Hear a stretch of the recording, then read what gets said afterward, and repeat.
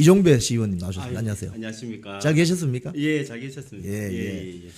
자, 뭐 당협위원장 신청했다는 소식이 들리는데 좀 설명해 주시죠. 예. 제가 이제 탄핵 전에는 예. 이제 서울시의원 재선을 준비하고 뭐 그렇게 생각하다가 탄핵 이후에 아시겠지만 대표님도 아시겠지만 이제 이재명 정권이 들어서고 지금 뭐 나라가 무너질 위기에 처했잖아요. 예. 그래서 제가 이제 한동안 막 엄청 끙끙 앓으면서 고민을 했어요. 어떤 길을 가야 하냐. 그래서 제가 이제 사실은 아무것도 없는 돈도 없고 백도 없는 마이크 좀 당겨 주십시오. 돈도 없고 백도 없는 그런 이제 길거리에서 투쟁하면서 제가 이제 계속 싸워왔기 때문에 제가 지금 해야 할 일은 싸움이다. 근데 이왕 싸우려면 좀 스피커를 크게 해서 싸우는 게 훨씬 효과적이고 더 잘 싸울 수 있기 때문에 당협위원장을 신청해서 당협위원장이 된다면 훨씬 스피커가 커지기 때문에 그래서 이재명과 민주당과 제대로 한번 싸우기 위해서 이번에 당협위원장을 신청했습니다. 당협위원장 어디 신청하셨어요? 예, 동대문 갑 신청했습니다. 동대문 갑입니까? 동대문 갑이면은 무슨 동이 있는 거죠? 그게 회기동, 뭐 용두동, 휘경동. 그럼 저기 경희대하고 한국외대 있는 그쪽이네요. 예, 청량리동. 예, 그쪽입니다. 예. 그러시군요. 예. 거기는 좀 유권자들의 표심이 어떻습니까? 표심이 아무래도 민주당이 좀 강세긴 하죠. 약간 뭐 험지로 분류되고 또 그게 안규백 지금 장관이죠. 거기가 하고 있는 지역이에요. 국방장관. 예. 방위병 출신. 그렇죠. 하고 있는 지역인데 거기가 이제 재건축 재개발도 이제 되면서 조금씩 이제 좋아지고 있는 상황입니다. 근데 우리 이종배 시의원님은 시의원하고 당협위원장하고 일반인들 잘 모르거든요. 그렇죠. 좀 설명 좀 해주세요. 이제 그 당협위원장은 이제 보통 그 총선에서 당선이 되면 국회의원이 되고 당선이 안 되면 원외 당협위원장으로 사실상 국회의원 후보라고 보시면 되죠. 후보고 그 밑이라고 표현이 되죠. 아무튼 거기에 시의원 보통 2명 내지는 3명이 있고요. 그 밑에 구의원이 4명, 5명 이렇게 한 지역 갑을 했을 때 갑이라면 그 한 지역 국회의원 1명, 시의원 2명, 뭐 구의원 4명 이렇게 한 지역이 그렇게 있습니다. 지금 그러면 그 당협위원장 신청하신 그 동대문 쪽은 지방의원들과 자치단체장이 여야 분포가 어떻게 되어 있습니까? 일단 구청장이 이필영 구청장 우리 국민의힘이고요. 그다음에 시의원 2분도 국민의힘입니다. 그리고 구의원은 4명이 우리 국민의힘이고요. 그렇군요. 그래서 절반은 됩니까? 절반 정도 됩니다. 절반보다 더 우세하죠. 왜 시의원들이 다 우리 쪽이기 때문에. 그러니까 4년 전에 그 지방선거가 상당히 선전을 해서 선전했죠. 그나마. 그래서 또 좋아진 측면이 있어요. 그렇군요. 왜냐하면 요거 이제 이어서 제가 좀 말씀을 드리면 내년 서울시장 선거가 굉장히 중요합니다. 국민의힘 시장이냐 민주당 시장이냐에 따라 저는 개인적으로 30석이 왔다 갔다 해요. 왜냐하면 서울에는 50표, 100표 그 표 차이가 얼마 안 나는 지역이 굉장히 많거든요. 그래서 그 5, 60조의 예산을 가지고 예를 들어 우리 당의 시장이 막 이렇게 정책을 펴나가고 민원을 해결해 나가면 사람 인심이라는 게 자기 편안하게 해주고 또 민원 해결을 해주고 하는 사람한테 마음이 가게 돼 있거든요.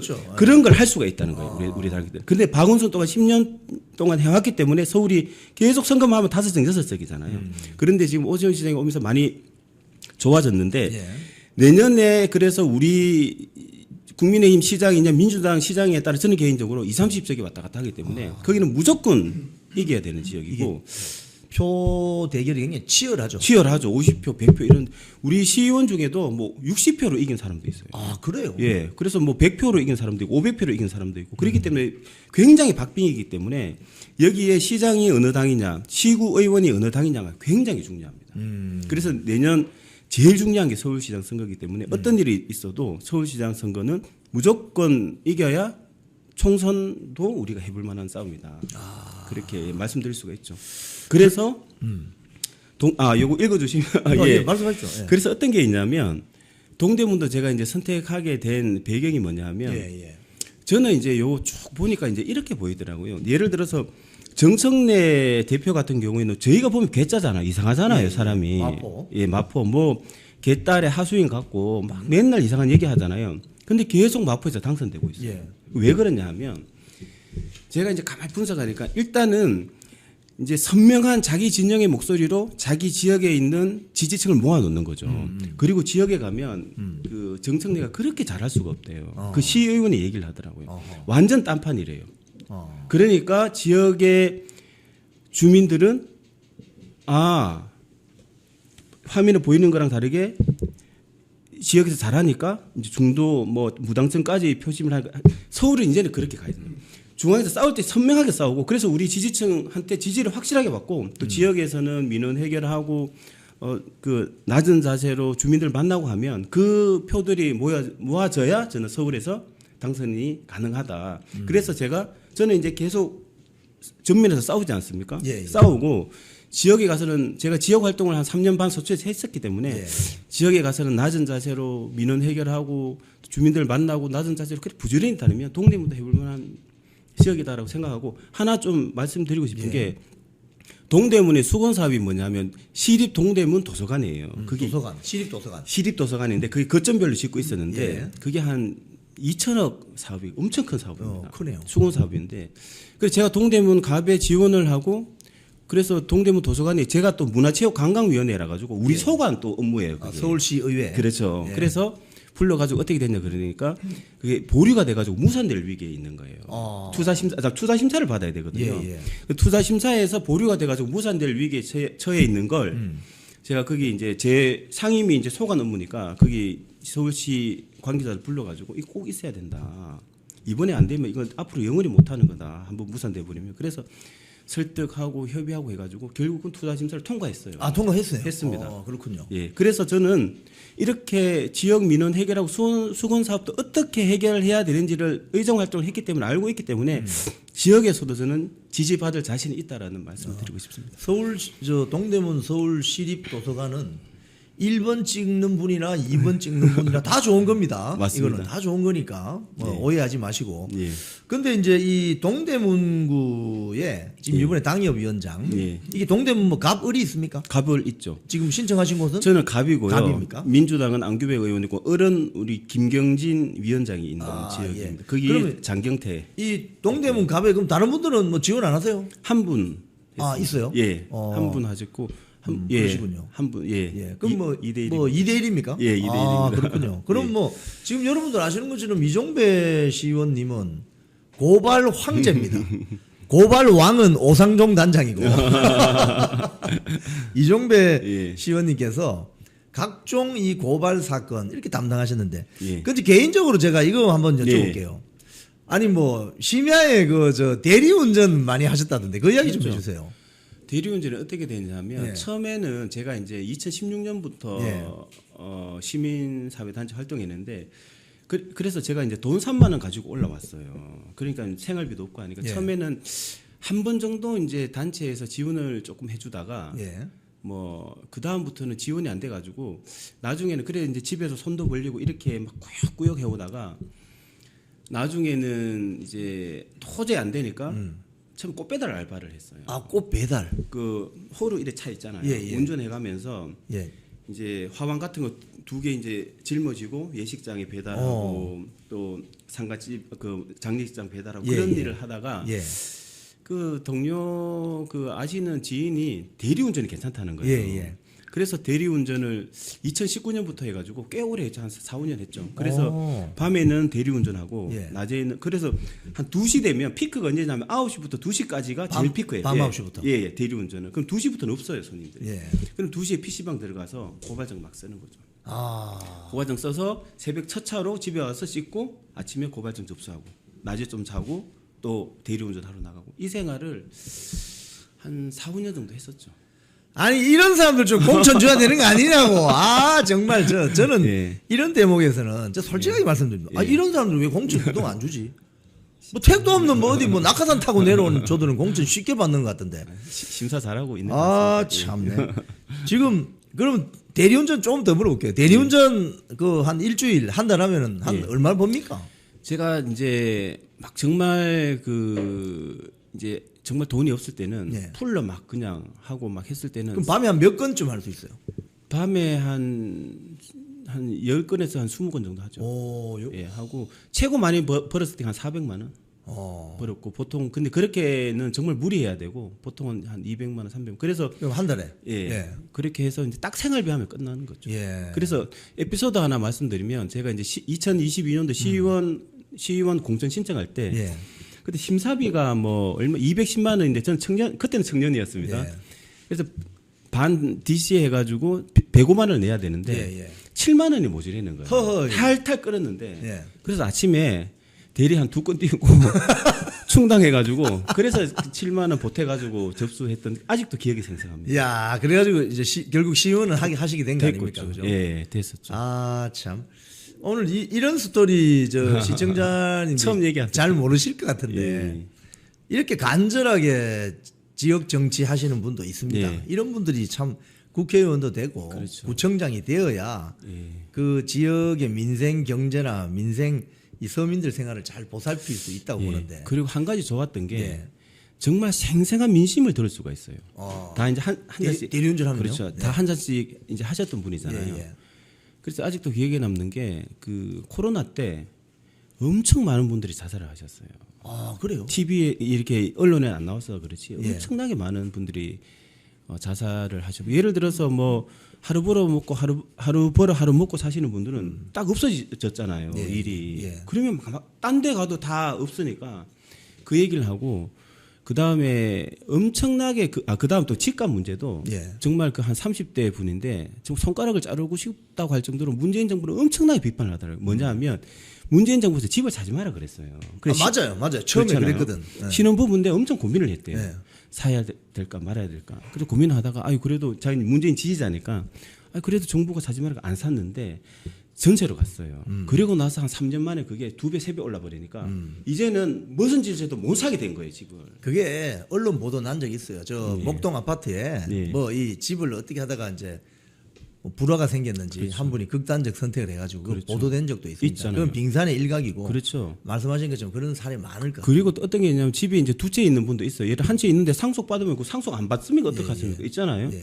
근데 그때는 하시는 말씀이 저는 그때는 집이 없어가지고 잘 몰랐는데 아무튼 그분 말씀은 팔지도 못하고 사지도 못하고 미치겠다는 거예요. 뭐 팔면 세금 때려가서 손해보고 가지고 있어도 세금 맞고 팔지도 못하고 사지 놓고 미치겠다는 거예요. 그래서 그때 부동산 그래서 어떻게 보면 정권이 이제 되는 게 있는데 교체되는 면도 있는데 그 정도로 지금 좌파 민주당 정권은 주먹구구식이에요. 국민의 진짜 본질적인 삶에는 관심 없고 자기들 사리사욕 그렇지. 정치 노름밖에 정말 이 무도한 세력이기 때문에 그래서 제가 거기에 분노해가지고 이렇게 있어서는 안 되겠다. 그래서 당협위원장에 도전하고 만약에 된다면 정말 제대로 한번 정말 모든 걸 걸고 한번 싸워봐야 되겠다. 그런 결심을 하게 됐죠. 그 우리 정치인들 중에 사실은 우리 시청자님들 말로만 정치하는 사람들 많거든요.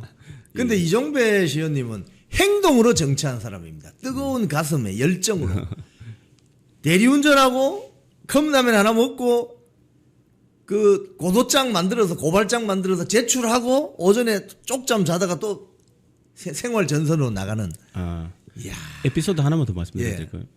어떤 게 있었냐면 돈이 10원도 없어요. 대리운전 나가는데 돈이 10원도 없었어요. 예. 그래서 보통 카드 결제도 많이 하시거든요. 예. 그래가지고 밥 먹을 시간이 있었는데 그게 이제 카드 결제하는 게 현금으로 그걸 이제 현금이 있어야 컵라면으로 사 먹을 거 아니에요. 그렇죠. 예. 근데 카드 결제하는 카드 결제는 나중에 정산해서 돈이 들어거든요. 그렇죠. 그래가지고 쫄쫄 굶어가지고 그때 대리운전 그때 아직도 기억이 나요. 저기 당산 쪽이었는데 배는 고파 죽겠고 그래 보통 현금 주시는 분이 있으면 저는 이제 현금 주면 그걸로 밥을 먹어야 되겠는데 예. 그날따라 카드만 계속 나오는 거예요. 그래가지고 컵라면 하나 사 먹을 돈이 없어가지고 그래서 쫄쫄 굶어가지고 그때 했던 기억이 아직 생생. 그래서 그때 도저히 안 돼가지고 어머니한테 이제 전화하니까 웬만하면 저는 40 넘어서 엄마한테 손 벌린다는 게 이게 엄청난 불효잖아요. 예. 돈이 문제가 아니라 얼마나 걱정을 하시겠습니까? 예. 돈도 없어서 이러는 거. 그래서 그때 오랜만에 이제 보통 오랜만에 엄마한테 전화하니까 아이고 이럴 때 뭐 돈 없고 아쉬울 때 있으면 언제든지 연락하라고 그렇게 말씀을 하셨던 게 아직도 생생하거든요. 그래서 그렇군요. 저는 이럴 게 없습니다. 네. 그래서 민주당의 잘못에 대해서 저는 혼을 낼 마음가짐을 가지고 있기 때문에 지금 사실 걸리면 혼을 내겠습니다. 고소 고발을 해놓으시면은 네. 시간은 좀 걸리겠지만 예. 언제는 그 고소장 고발장이 효력을 미쳐서 그렇죠. 어떤 사법적인 처리 수준으로 가는 거죠. 가는 거죠. 혹시 뭐 소개하실 만한 그런 사례가 있습니까? 이제 저는 제일 기억에 남았던 건 그 채널A 사건 이동재 기자. 그때 저는 엄청나게 분노를 했어요. 뭐 예를 들어 뭐 유시민이 뭐 돈을 줬다고 해라 뭐 내가 다 책임지겠다 이런 식의 정확한 워딩은 기억이 안 나는데 아무튼 그런 이동재 기자가 그런 말을 했다는 식의 허위 기자를 최강욱이라는 그 국회의원이 있잖아요. 맞습니다. 올렸어요. 그래서 막 그 이동재 기자는 완전히 뭐 사회적으로 낙인이 찍혔죠. 구속되고. 예. 구속까지 됐잖아요. 구속됐죠. 그래서 열받아 가지고 그래서 그 허위 사실 유포로 최강욱을 고발했는데 결국은 한 작년이었는데 대법원까지 가가지고 벌금형 1,000만 원인가 그래 받았어요. 아 그래서 그 최강욱이 벌금 1,000만 원 받은 게 우리 이종배 씨가 제가 했던 고발하신 거죠. 겁니까? 제가 했던 거죠. 그래서 이동재 기자님도 오랜만에 연락 오셔가지고 너무 고맙다고. 이야. 그러면서 이동재 기자도 풀려나고. 그렇군요. 그때 제가 왜냐하면 저는 이런 식의 아무리 정치 장난질을 해도 이런 식의 장난은 아니라고 생각하기 때문에 그때 계속 고발하고 해가지고 이제 여론이 바뀌어가지고 그때 이제 이동재 기자 풀려나고 벌금 맞았죠. 대단하시네요. 대단하셔. 내년 지방선거 어떻게 보십니까? 저는 뭐 현재 어쨌든 이거는 객관적인 분석이 중요하니까요. 예. 현재는 아직은 조금은 이제 힘들다고 생각하지만 저는 이렇게 봅니다. 어쨌든 집권 세력이 이재명 정권이잖아요. 이제 평가 받을 일만 남은 거거든요. 그렇죠. 그래서 저희가 이제 제대로 평가하면 이제는 민주당이나 이재명 정권은 내려갈 일만 남았지 이제 올라갈 일은 없다고 봐요. 그다음에 이제 가장 큰 리스크가 이제 집값 문제. 그다음에 이번에 APEC의 뭐 관세 협상 이것도 저희가 디테일하게 팩트 체크하면 저는 타격이 될 거라고 봅니다. 왜냐하면 제대로 된 게 아무것도 없어요. 이게 그냥 아무것도 없죠 지금. 말뿐이에요. 말. 네. 말만 하면 뭐 누군들 못 하겠습니까? 주장밖에 없습니다. 주장밖에 없잖아요. 이것도 저희가 하나하나 팩트 체크해 나가면 그것도 저는 굉장히 저희가 득점을 하고 민주당이 실점할 거라고 보고 그래서 앞으로 저희는 하기에 달렸고 나쁘지는 않다고 봅니다. 현재는 어렵지만 앞으로는 나쁘지는 않다고 보고 아무튼 제일 중요한 건 서울시장을 우리가 지역 민심을 많이 경청하시는 예. 그런 안테나가 많으시니까 예. 서울, 경기, 인천은 어떻게 보십니까? 일단 서울은 집값 때문에 분노하죠. 지금은 완전 공산당식으로 토호제 만드니까 어떤 게 있냐면 20대 같은 경우에는 연거를 해서라도 사겠다는 거예요. 왜냐하면 집값이 오르면 어쨌든 도움이 되는 거잖아요. 근데 토호제로 다 묶고 나면 버리니까 현금 있는 사람은 사라는 거잖아요. 20대가 무슨 뭐 4억, 5억 현금이 어디 있습니까?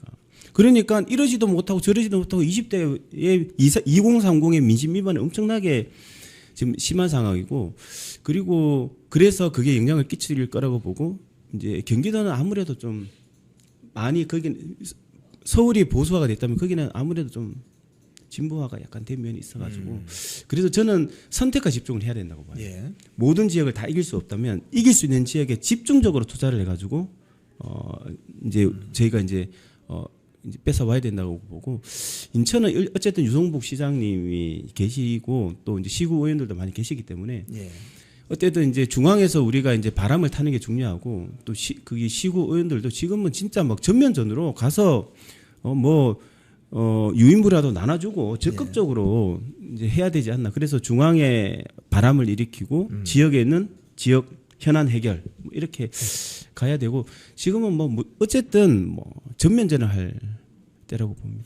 추경호 전 원내대표를 예. 지금 내란 특검에서 예. 소위 말해서 잡아 넣어가지고 그렇죠. 국민의힘 정당을 위헌 정당으로 만드는 교두보를 마련한 만들죠. 다음에 지방선거 전에 위헌 정당 해산 심판 청구를 넣으려고 한 이 작전 아니겠습니까? 그렇죠. 예. 여기에 대해서 민주당 박균택 예. 이 검사 출신인데 예. 저 광주 뭐 광산갑인가 거길 거예요. 예. 박균택 의원을 고발했다는데 그 예. 내용은 어떤 내용입니까? 그러니까 박규택 여기 민주당 의원이죠. 이분이 그 라디오 방송일 겁니다. 나와가지고 예. 그래서 뭐 결론적으로는 뭐 추경호 전 원내대표가 뭐 표결 방해했다는 게 뭐 입증됐다 뭐 이런 식의 확 그렇게 이야기했단 예 말입니까? 입증됐다는 요 워딩은 정확해요. 제가 이제 쭉 모르는데 아무튼 그런 식으로 주장을 해가지고 즉시 고발을 했죠. 말이 안 되잖아요. 아니 의총을 열은 게 어떻게 표결 방해입니까? 그러니까요. 투표할 사람 다 했어요. 의총 오라고 그래. 저도 저 시의회도 의총이 있거든요. 안 가면 그만이에요. 어떻게 방해를 한단 말입니까? 그리고 방해가 되려면 이렇게 의총 온 사람들 문을 쇠사슬로 잠가놓고 나가지 마. 뭐 이런 이 정도가 돼야 방해인 거지. 의총이 열린다고 당사에서 이제 열었다가 국회가 났다 싶어서 국회 가서 의총 열었는데 이게 무슨 표결 방해라는 겁니까? 말이 안 되죠. 그래서 즉시 이제 고발을 했고 그래서 고발인 조사 얼마 전에 받았습니다. 이것도 단독 보도입니다. 혐의는 어떤 거죠? 허위 사실 유포에 의한 명의죠. 명예훼손이네요. 입증됐다 이게 허위 사실인 것이죠. 그래서 일단 고발인 조사를 받으셨네요. 예, 고발인 조사를 받았고 그래서 제가 강력하게 얘기했죠. 무슨 이게 표결 방해냐. 그 쭉 다 얘기를 해서 말이 안 된다. 의총을 열었는데 이게 무슨 표결 방해냐. 표결 당시에 할 사람 다 했다. 의총이라는 것도 강제가 아니다. 자율이다. 올 사람은 오고 안 올 사람은 안 온다. 의총한다고 107명이 다 오냐 아니다. 자유의사를 충분히 자기가 확보가 되어 있는데 무슨 이게 그 방해를 했다는 거냐. 말이 안 된다라고 제가 뭐 강하게 얘기를 했고 처벌을 해야 된다고 제가 수사관한테 강하게 얘기를 했죠. 민주당 박윤택 의원도 이재명 변호인입니까? 뭐 했을 겁니다, 이분도. 뭐 그러니까 뭐 이번에 공천을 받고 했을 텐데 그래서 이게 이 사람들이 단체로 좀 실성한 사람들 같아요. 보니까 이제 특히나 또 이재명이 이 나눠주기를 그래도 좀 잘하는 것 같아요. 예. 뭐라도 걸리면 그러니까 전부 다 이제 이 이상한 짓을 이제 이재명 옹호를 위해서 이상한 소리하고 이상한 짓을 하고 있는 건데 저는 다 되돌아갈 거라고 보고 그래도 제1야당의 전 원내대표를 이렇게 구속시키겠다고 체포동의한 이거는 진짜 정치 금도를 넘었어요. 아무리 사생결단으로 싸워도 그래도 해서는 안 될 짓들이 있거든요. 아무리 정치판이 시궁장 같아도 그래도 지켜야 될 게 있고 해서는 안 될 게 있는데 이거는 금도를 넘었어요. 이거. 제1야당의 전 원내대표를 그것도 터무니없는 혐의로 구속시키겠다고 체포영장을 체포 동의안을 통과시키겠다 하는 이런 무도한 세력이 어디 있습니까? 저는 이재명한테 다 되돌아갈 거라고 보고 반드시 저는 그렇게 될 거라고 봅니다. 너무한 짓을 했기 때문에.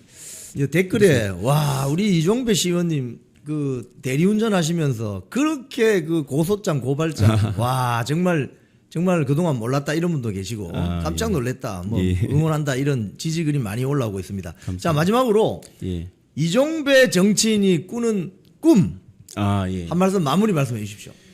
예, 저는 이제 어쨌든 뭐 법과 원칙이 바로 서고 이건 너무나 당연한 거죠. 자유민주주의가 굳건하고 이런 것도 너무나 당연하고 그 중에 하나 제가 가장 소신은 뭐냐면 공정사회입니다. 예. 제가 이제 어떻게 보면 없이 살고 이렇게 이제 공정에 대한 그런 우리 2030의 갈망을 저는 잘 알거든요. 그래서 누구든 땀 흘리고 노력하면 그에 상응하는 대가를 받고 성공할 수 있는 사회. 이 반대가 누구냐면 조국이에요. 조국. 왜냐면 개천에서 용될 생각하지 말고 그냥 개천에서 붕어 가재로 살라고 그랬잖아요. 그래서 저는 반대인 거죠. 누구도 노력하면 용이 될 수 있고 누구도 노력하면 성공할 수 있고 원하는 대학을 이런 공정한 사회. 이게 저는 사회를 발전시킨다. 선의의 경쟁하는 과정에서 실력이 길러지고 이 실력이 저는 우리나라를 발전시킨다라는 신념이 있기 때문에 누구든 배경 상관없이 부모 잘 만나고 돈 많고 이런 상관없이 누구든 몸뚱이 하나만 있어도 경쟁해가지고 선의의 경쟁해서 성공할 수 있고 원하는 일을 할 수 있는 이런 사회. 저는 최종적으로 이런 꿈을 꾸고 있습니다. 네, 오늘 출연해 주셔서 대단히 감사합니다. 아유, 불러주셔서 너무 감사드리고 마무리 발언 잠깐 해드릴까요? 하십시오. 저는 늘 저의 그 제1 목표가 이영풍 TV가 잘 되는 겁니다. 그래서 많은 응원과 많은 지지 또 번창하시기를 또 기원 드리겠습니다. 네, 고맙습니다. 감사합니다. 네, 시청자 여러분, 밤늦게까지 대리운전 하시면서 정말 사회 정의를 가로막는 그런 세력들과 합법적인 방법으로 고소고발전을 통해서 투쟁하는 이종배 시의원 여러분 잘 기억하실 것 같습니다. 이분 앞으로 잘 좀 국회에 진출할 수 있도록 여러분이 많이 응원해 주시면 참 좋겠습니다. 이런 분들이 더 많이 국회에 들어가야 대한민국 정치가 좀 맑아지고 혁신될 수 있는 거 아니겠습니까?